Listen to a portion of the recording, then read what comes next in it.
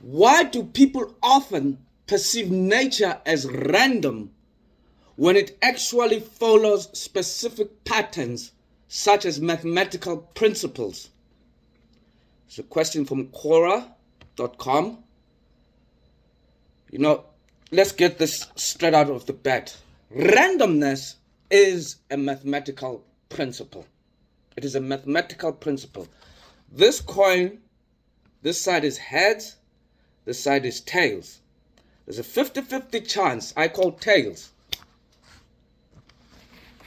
Tails. Understand? That's randomness. Lottery. There's a chance you'll win the lottery if you buy a ticket. That's randomness. That's why there are distributions out there, normal distributions, Poisson distributions, Gauss distributions. These are all distributions that show randomness and the probability of you getting something in that randomness. Why do people not desire this randomness? Can you imagine somebody who deals with distributions every day? Oh, tails are gain. And then comes and tells you everything is deterministic. Why would a person do that?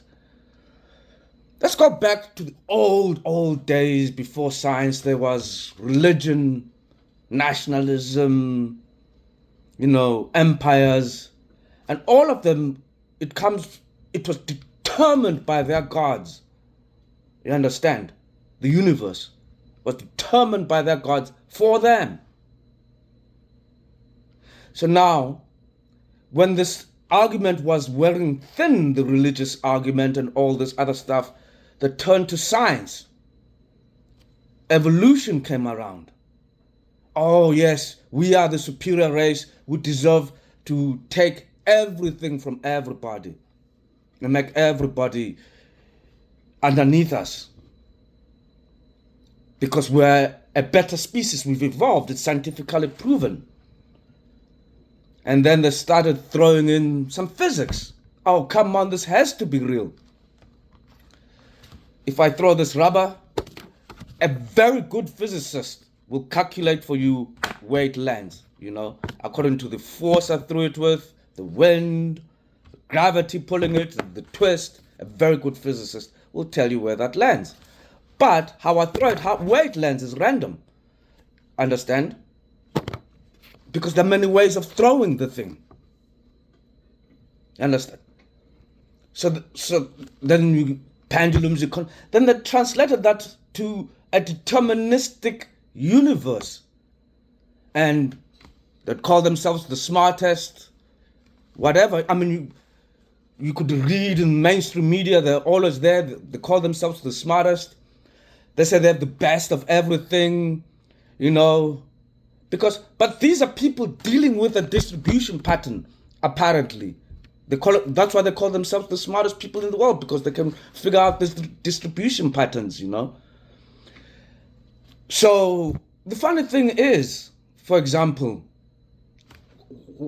when your mind is not that strong, and I don't know what to call it, or you don't want to accept yourself. Take somebody who was heavily colonized, like a black and African, and you put them to École Polytechnique in Paris, or you put them in Oxford or Harvard. They'll be hanging around with people who say they are the smartest, and they will also start believing they are the smartest blacks, Here is somebody who colonized you. Why are they telling you are the smartest black? You now believe in this determinism. And now it brings a problem. Okay, let's take physics. I'm going to show you the problem with this deterministic view, that it is determined for you. See, physics is considered one of the most difficult subjects on this planet that has ever come, One of the most difficult. And then people that go to universities or they read books and they get physics qualifications, say, and depending on which school you went to.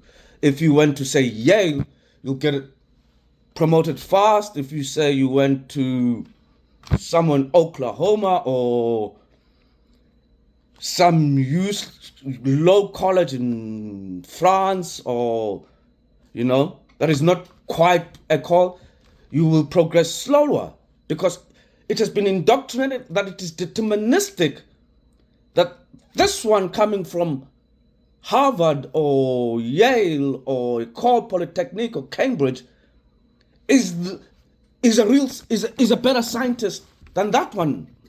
But what is the job of a scientist?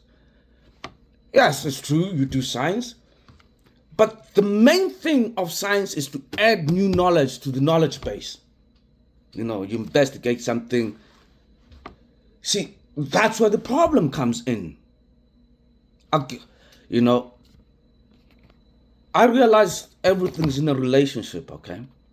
It starts with particles, and now it's with experimentation, it probably starts with what is being considered the ether. There's something finer than basic particles. So I was interviewed by the Canadian Broadcasting Corporation, and I explained all this, you understand? And then, because of determinism, this idea that these ones should be seen as smart, the interview was taken down, and Lee Smolin, who was then probably head of what is called the Perimeter Institute, was saying my stuff, which they took down my interview. Now, obviously this guy is not good at physics. That's why they have to give him my mind to continue this lie of determinism, because they don't want to accept things are random. So here it is, I am discovering, and they can't, and they feel in pain. So that, what were you doing science for? If you're going to feel pain that you shouldn't have done science. You shouldn't have done it if you're going to feel pain. And if you're going to, when your illusions are destroyed. I mean, you can imagine how a black person who went to Oxford feels. That somebody like me, you can't imagine the pain. Because I wanted to, I go to conferences sometimes. So I thought, oh wow, let me go and talk about magnetism with my fellow blacks, and they started saying, no, some people have worked so hard. They went to elite schools, discovering is not as important as a post-PhD in physics. And I said, lunatics, you're over-colonized.